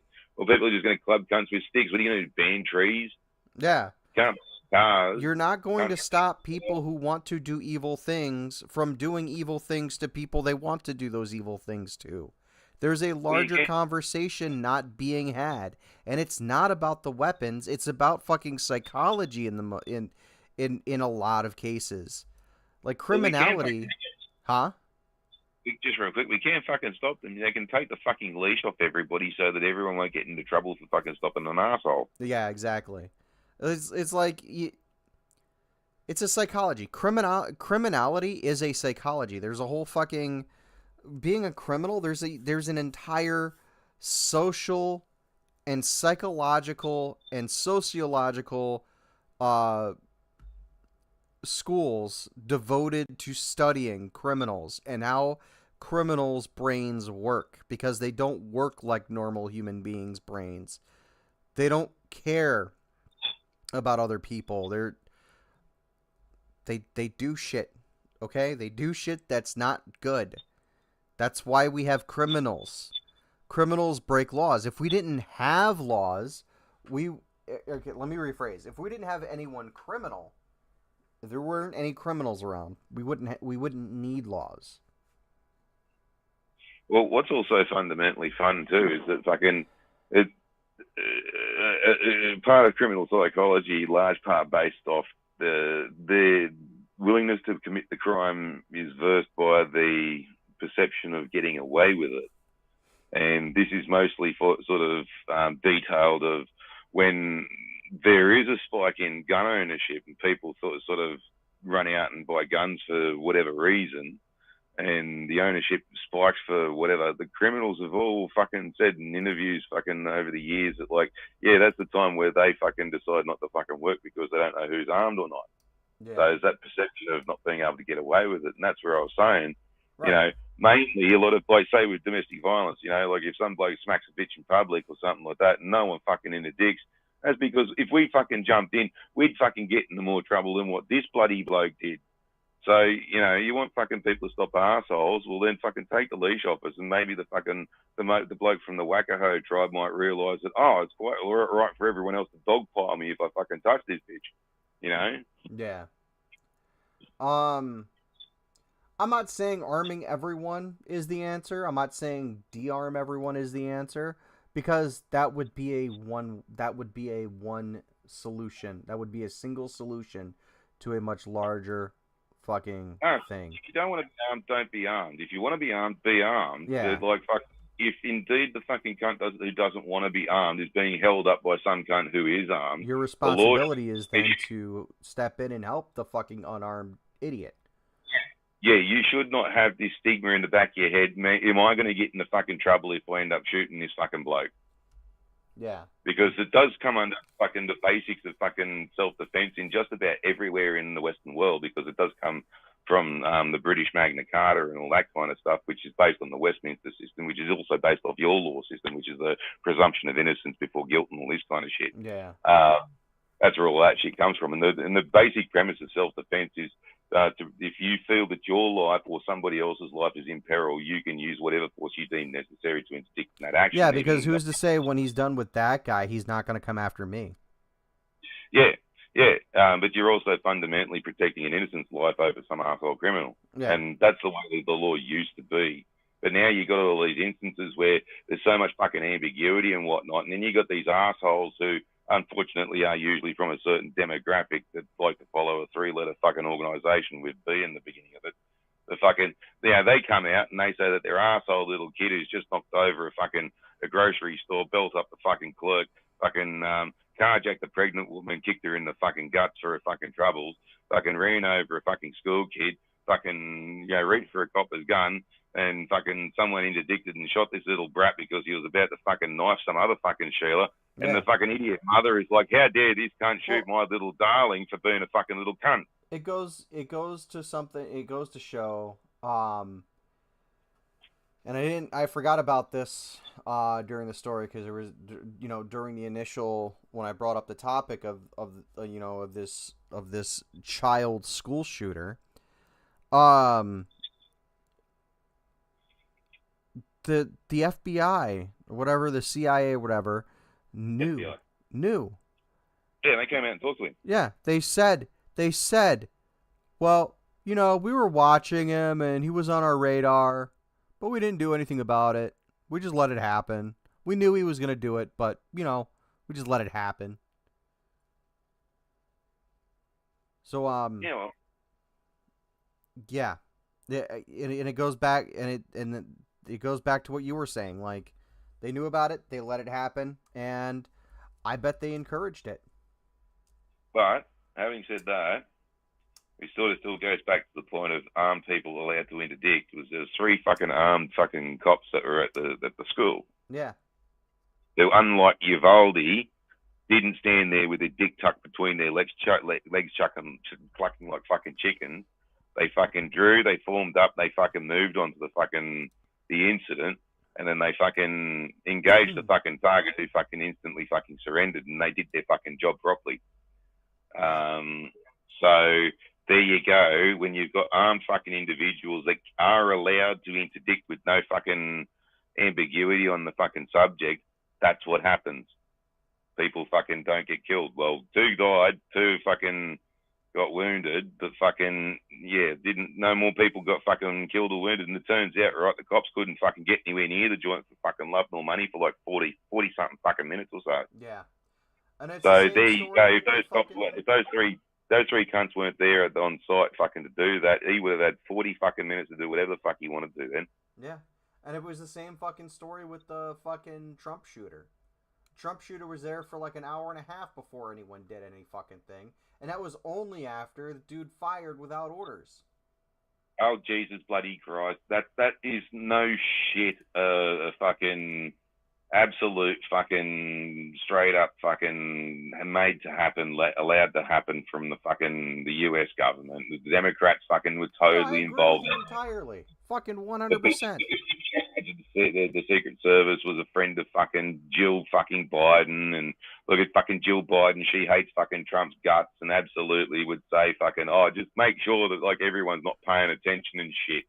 And it was kind of does sort of come off as something that I did say, that they didn't actually have to have their own Lee Harvey Oswald. Yeah. All they had to do was just put the thing out there like, oh, it's legal to shoot the president, or it's fucking, you know, like now fucking someone's got to assassinate the president because now, or sorry, Trump, because he's allowed to assassinate fucking Biden, even though that's not what the fucking thing said. You know, the sitting president's allowed to do it to his opponent, which is potatoes a sitting president and Trump's his a fucking opponent, not the other way around. Yeah. And then, you know, you had Harry Pisson and fucking other fucking dumb shit, fucking nappy wearing faggots that fucking ran around saying, oh yeah, it's legal to shoot Trump, we should shoot Trump and all this.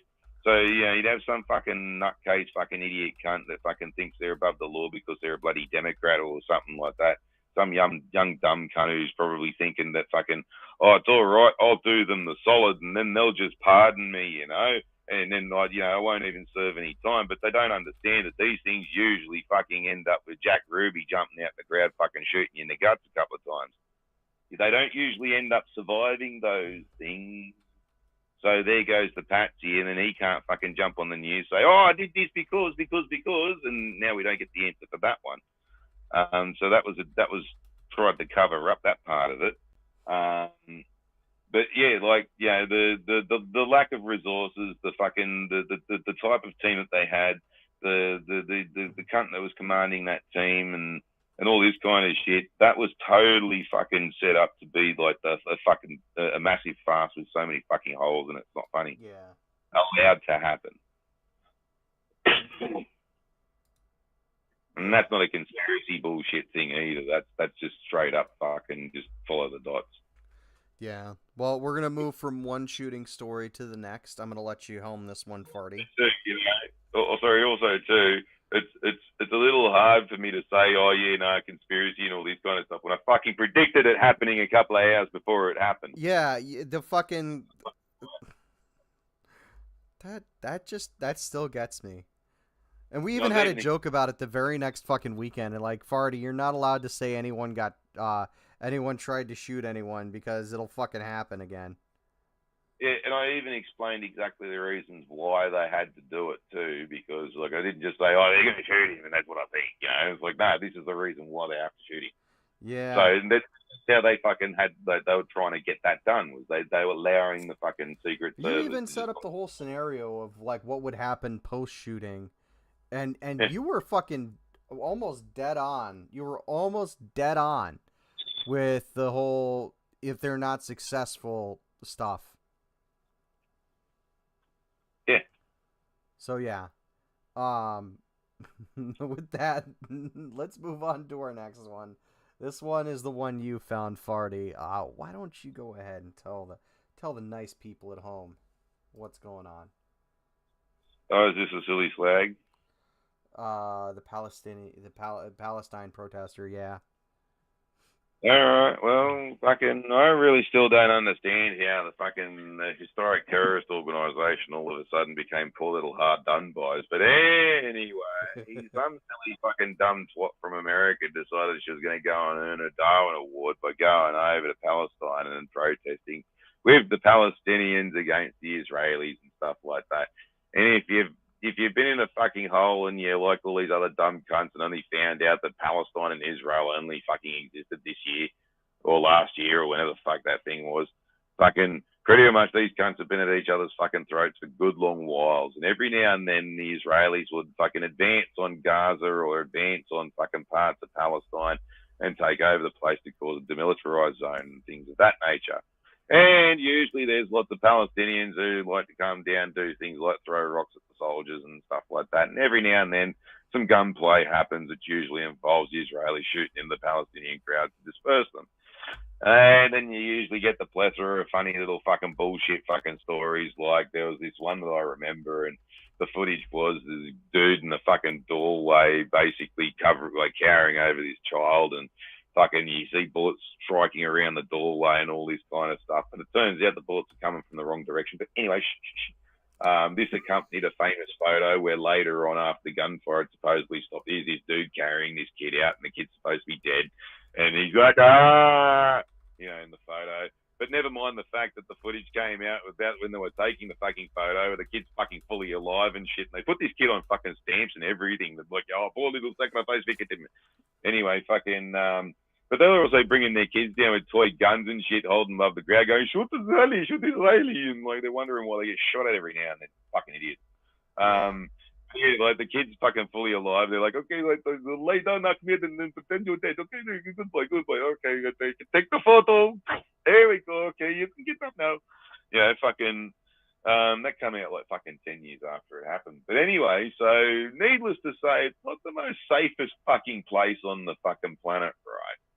So this dumb twat goes there and she fucked around and found out that fucking the Israelis don't really give two shits which country you come from. You're protesting in the crowd, you cannon for to fuck with. Yeah, so she got some copper coated candy for her troubles. Yeah. What a bitch. Perforated. Yeah, and the funniest part about it is she was siding with the arseholes in the matter, so, Yeah. Probably even goes for queers for Palestine too. That's another fucking stupid bloody thing. Like, how the fucking queers for fucking Palestine, right? You ever fucking see some of the videos where they're like asking them about, like, you do know that Palestine's an Islamic state and that they fucking gay cunts are illegal there. Oh, no, they're not. No, you're just making that shit up. Like, no. They actually throw cunts off roofs and shit. Oh, stop lying. You're being bloody Islamophobic. Blah, blah, blah, blah. We stand for Palestine. Well, why don't you fucking go there then, you bloody weirdo? See, that's where I reckon we should sort out this LGBTQRS nonsense. Give them all one-way tickets to fucking Palestine and say, yeah, go stand up for these cunts.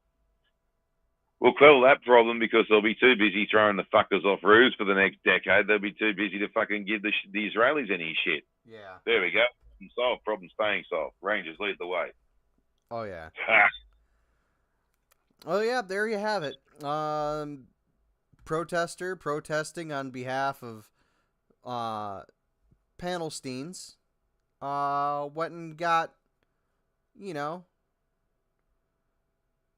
gravestoned. Yeah, she got a Darwin Award. Yeah. I love the Darwin Awards. Maybe we should have a Darwin Awards ceremony. We'll do it. We'll do it on January 1st or some shit like that. I don't know. I'm just talking out of my ass. We'll do a Darwin Awards. We'll go through and find like 10 categories, and we'll find 4 people for each category, and then we'll just like read off, and we'll make a big spectacle out of it or some shit. I don't know. I'm talking out of my ass right now. I'm kind of tired. I'm talking out of my ass. Uh, Before we get into the Chase story, there is something I don't know if you know about Fodd3r, but Linkin Park has a new lead singer. Yeah. Yeah, I wonder how long it takes for this one to suck start a shotgun. I thought it was drug related. Yeah, he had a drug overdose, but she looks more like a shotgun starter to me. Fucking. I listened to a little bit of her. Okay, look, I know I'm being a little but I listened to a little bit of her, and her voice is grating. It sounds like, and I hate Hole, and I hate Garbage, and I hated all of those chick bands in the 90s because they sounded so just bad. And she makes Linkin Park sound like a chick band from the 90s doing bad covers of Linkin Park songs. And this is just my personal opinion. I'll link you. I'm not gonna put it up on the thing. I'm not gonna put it up on the stream. I don't want it on stream. I'm gonna send you a link so you can listen to it after the show. Because I'm going to bed right after the stream. I'm just that fucking tired. But the new singer reminds me of like Hole, reminds me of the singer from Garbage, reminds me of fucking Gwen Stefani. And it's not to say that I hate female singers, okay? I think there's a bunch of female singers that are good. Basically, what's her face from Kitty? She's a decent singer. You've got fucking Amy Lee from Evanescence. thank you. You got the girls from Baby Metal. They're really fucking good. If you haven't listened to Baby Metal, Fodd3r, I recommend, highly recommend, 100% recommend. Fucking There's the lead. funny. Huh? Here's a big funny story about fucking Amy Lee. When I was with Susan, her youngest son Josh came home from school, and he proudly announced he had a girlfriend. Okay. And I'm like, oh yeah, what's her name? And he goes, Amy. I go, yeah, what's her last name? He goes, Lee. And he goes, not the fucking chick from Evanescence. And he went bright fucking red because he didn't think I knew who she was. Yeah, that's great. What some other good? Where's some other? The fucking Aluvite. I love Aluvite. I don't know if you've heard them or not. They're an Irish metal band.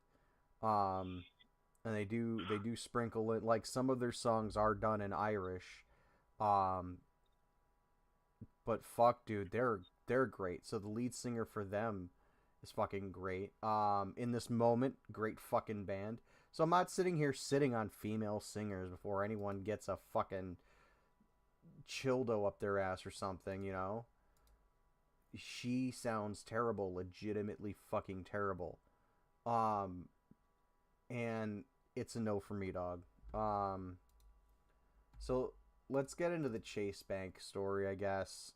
Now I told you a little bit about this, Fodd3r, but I've already seen the reports. Yeah, so here's the long and short of it. People were taking checks and they were writing, huge amounts of money on those checks, thinking that when they deposit the check and they take the money out right away, that it's free money. And they didn't realize that A, it's not free money. And B, you're committing a federal level felony. And it's akin to bank robbery, essentially. It's essentially bank robbery, but it's fraud. Credit fraud. What's that? Credit fraud. They call it something else here. It's not credit fraud. Credit fraud. That's what they were saying in this article. Is Really? that it's credit fraud that they're committing. Yeah, Huh. the federal offence. Oh, wire fraud. Sorry. Wire fraud is that would be the would be the more because credit fraud is something else. Like it's very similar to, but it's definitely something else. But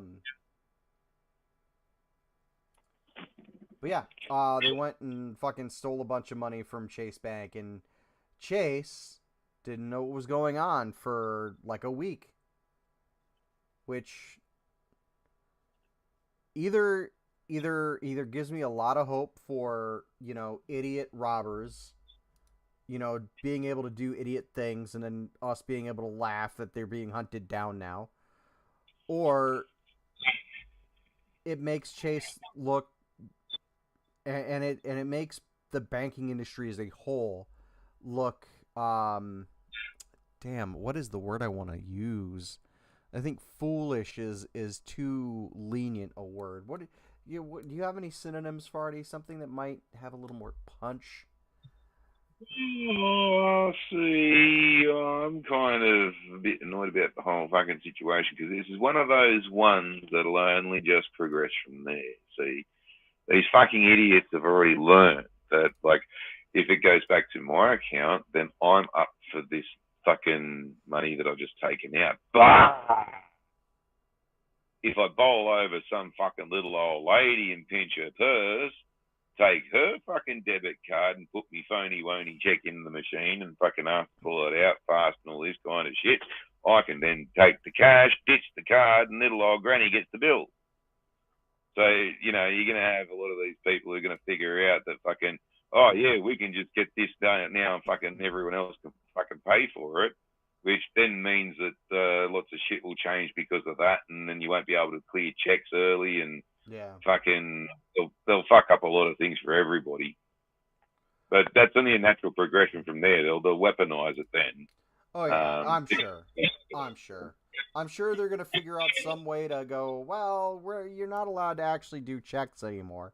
I think this is just another fucking Chinese psyop, because the trend started on TikTok. As you were saying that too, like, wouldn't it be fucking funny if they did this and, conned a couple of cunts into doing it, or maybe even this is a bullshit story altogether and they just paid some dumb influencers to come and fucking do this skit for them so they can go, oh, look, cashless society, yeah, we're getting rid of money and checks and fucking, Yeah.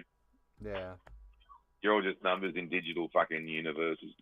Yeah, it really does feel like some sort of fucking psyop to me, to be honest with you. And it feels that way because, like, it's TikTok. Like, it's owned by China. China has a vested interest if the U.S. is no longer maybe exactly the powerhouse it used to be. Yep. Saying before, they don't need to do anything to help. They just need to maybe give you a little push. Yeah, and they don't need to do anything to hurt either. They can just sit back and watch it all happen. Yep. China is going to be the last country that launches nukes. I promise you that. China will be the winners of the World War III. Well, they'll have to launch nukes anyways because the Yanks will be fucking launching at them, so it'll have to be a response. Yeah. That they'll be forced to do regardless of whether they like it or not. And it'll be a case of like, well, the Yanks are launching, and regardless, we don't know where they're actually going at the moment. Yeah. So we better go for the launch because it's our last chance, maybe. Yeah. And again, that's where everybody else will get involved as well. So India and Pakistan will go, fuck, well, all our backers, one side's more Western, the other side's more fucking Muslim. But their backers are all gone pretty much. So fucking, Russia and China were backing the Muzzos, and fucking the Yanks and the West and all that shit were backing the Indians. So fucking, they'll go, fuck, well, there's no one to support us anymore, so we better go fucking nuke each other. Yeah. Well, we've got the chance. And then it'll be the same again, like I mentioned well before with Israel as well. They'll be like, well, fuck, the Yanks aren't there to protect us anymore. Well, we better go fucking nuke every cunt before they all dogpile us. Oh, yeah. But yeah, no, China will be forced to launch basically in the first round. Oh, yeah, I'm right there with you. I think they're going to be the last ones out the door, to be honest with you. That does bring me up to another topic that I did suddenly remember that I wanted to get off my chest. And that is the imminence of World War III. Because the U.S. has publicly stated to the entire world that we've parked B-2s in Australia. Oh, yeah. Fucking, okay, so... This is the dumbest fucking thing ever. Because, A, it's posturing at the worst, or at the best, and at the worst, that's us saying, we're gonna fucking nuke one of you son of bitches, and we're gonna do it real soon. Yeah, well, fucking, the significance of all of this is that during the Cold War, there was a B-52 parked up in Darwin that was not permanently based there, but it was just passing through was always the excuse. Okay, so it took 6 months for it to actually pass through, but that's, you know, it was never permanently officially based there. And yes, it did have a fucking nuke in the belly, and every time one took off, one other one landed. So, and that too would only just be passing through and all this kind of stuff. And that was mainly just so as that we'd give them something else to think about from down south. And because it was not permanently based there, that meant that Australia didn't officially have any nukes, which meant that we weren't a nuclear target. Now, the B-52 has surreptitiously been returned to Australia in the last couple of years and is now sitting up in Darwin, again, passing through, not officially based here. Yeah. And that was always the posture. That was always the deterrent, you know, and that was always the level that they'd go to. Now, a B-52 realistically isn't going to do much in the way of getting very close to major targets or anything like that. They're more fucking cannon fodder to launch lots of decoys and long-range cruise missiles and things. They're not really getting or anywhere like that near experimental jet that we're running right now at like 7. B-21. What's that? The B-21. No. There's another one. It's a new one that they're talking about. It's like the Model 3 or 437 or some shit like that. Hang on, let me look it up. Well, anyway, while you're doing that, so basically you'd be using your B-52s if they'd be launching any weapons to take out more coastal sort of things, or in our case, we'd probably be using it against maritime fleet targets and stuff like that. The Model 437 Vanguard from Northrop Grumman. Yeah. Have you heard nothing about it? No, but I'll look it up later. You probably have seen a picture of it somewhere. Yeah, it's blended. It looks like blended wing design, although it's really hard to see from the tiny photos. Okay. Hey, what was the goal again? 437. Northrop Grumman. Here, I'll send you a link to the MSN. To the MSN one. And I'll put it here in the chat for everyone to watch. For everyone to. Oh, hell. Yeah, well. There is Kick, and here is YouTube.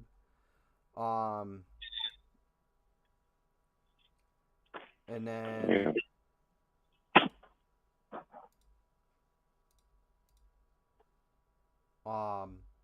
Yeah, you guys can read that at your leisure.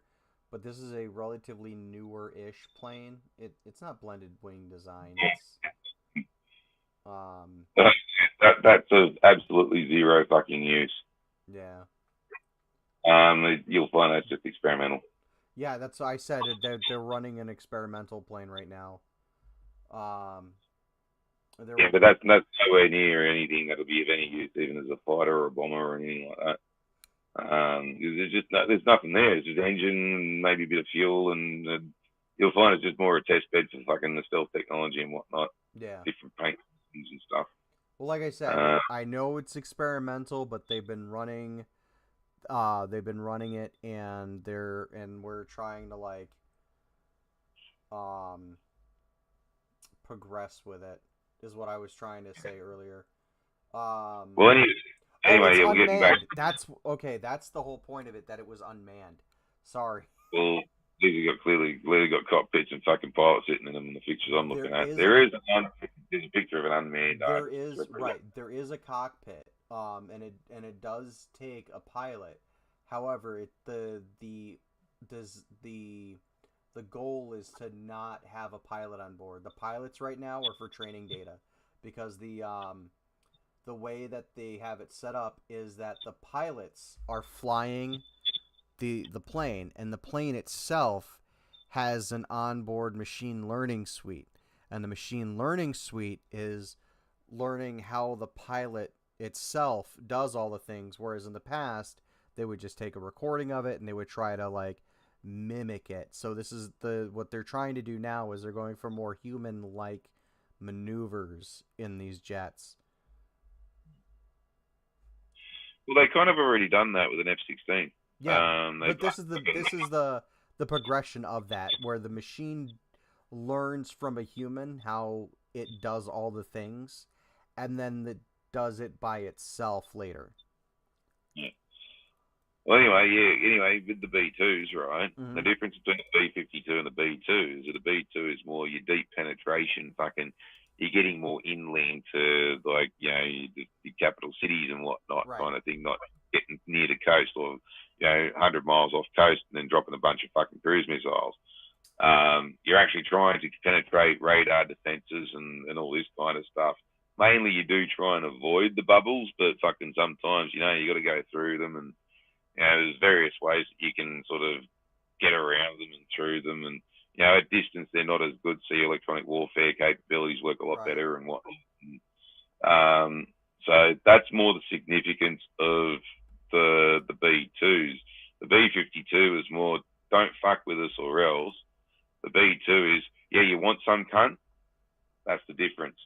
So who have you pissed off, and who are you now fucking saber rattling and fucking, posturing to? And who the fuck are you doing that to, so we know who the fuck is going to fucking nuke us? Is it China or is it still the Russians? Right. That's mainly the reason why they are there, is most likely because fucking the Democrats have done something fucking stupid and no cunt knows about it yet, and they're going, oh fuck, we better go and deploy the nuclear deterrent before fucking, cunts get too fucking antsy and shit. Right, yeah. And it doesn't really help when some of the Democrats have still got this stupid fucking idea about protracted limited nuclear fucking strikes and shit like that, which is not a fucking thing, never has been, never fucking will be. The world is still running under the MAD system, which is mutually assured destruction. Right. So one flings a fucking nuke, the rest go, it's on for young and old. And this is where I'm saying, right, whoever fires the first nuke, everybody's going, right, this is our only chance to do it, so push the button, boys and girls. And it's all going to be retaliatory against the first person who launches. Well, in some cases it's not, because the North Koreans will probably just nuke the South Koreans for the fucking hell of it. Because again, everyone's backers is gone, so it's either the North, the South is the North, which has now got no one to support them, and they'll be walked all over like, fucking they're not even there, because relatively fucking poorly trained. There's zero fucking morale. And I reckon that fucking basically if the North ever invaded the South, the quickest way of nullifying any invasion would be to line the DMZ with big fucking like dinner tables and stuff like that, fucking with roast meats and fucking, bloody salads and fucking hamburgers and fucking chips and fucking all sorts of fucking different foods and shit like that. And then when the fucking North Koreans hit this fucking table, they'll see all these blokes dressed with fucking American flags on their fucking sleeves, and they'll realise, hang on a minute, that's the same fucking picture as that bag of rice that fucking Kim Jong-un keeps giving us, like, every now and then. Hang on, they're Americans. What the fuck? And then they'll dive into bloody food, and whilst they're pigging out, they'll lift their heads every now and then saying, yeah, can you go save my family because they're probably going to be fucking shot for this. And allowed us to invade them. But again, like, you know, the Pakistanis and the Indians, they're not really going to be nuking like the Chinese, the Russians, the Yanks, or Europe or anything like that. They'll just be nuking each other because, once again, everybody that's supporting them is all gone now. Yeah. And there again, too, the Brits will have to launch against the Russians, which means that the Russians will be preemptively launching against the Brits anyways, because that's just an assumed retaliatory thing. And if if it's a case of like everyone was just going to nuke the Americans, that'd be a case of it'd only be just retaliation against the person who started it.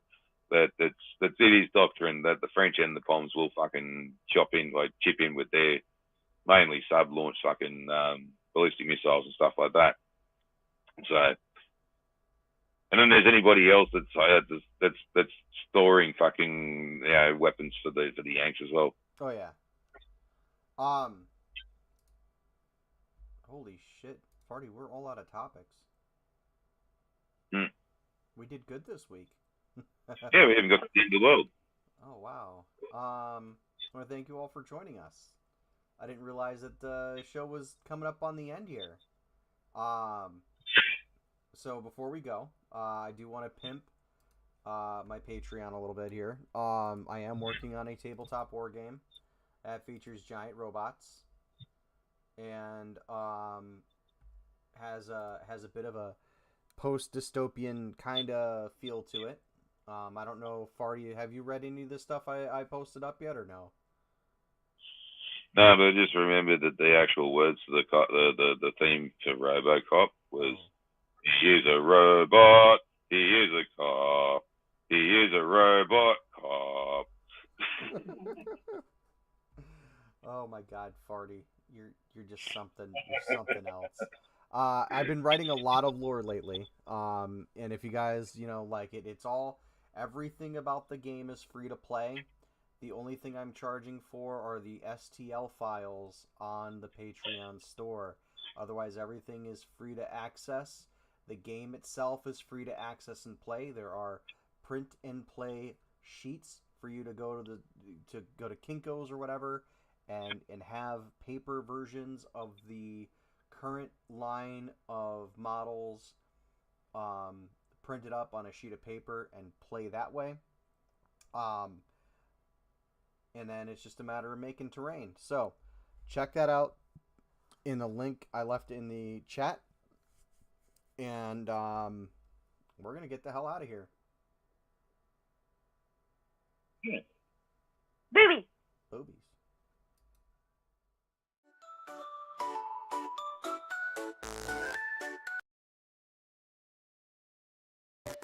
Frank and Fodd3r, they're a couple of jerks. Can't stand each other, but somehow it works. Yelling and screaming, it's all in good fun. 2 hours a week, and then they're done. It's garbage, yeah, it's a mess. With Frank and Fodd3r, you know the rest. Buddy Doku's gone, ghost in the stream. He's like Bigfoot in our podcast dream. Frank thinks he's smart, Fodd3r thinks he's right. Put them together and they'll start a fight. Doku's hiding, who knows where. Probably eat his snacks in his underwear.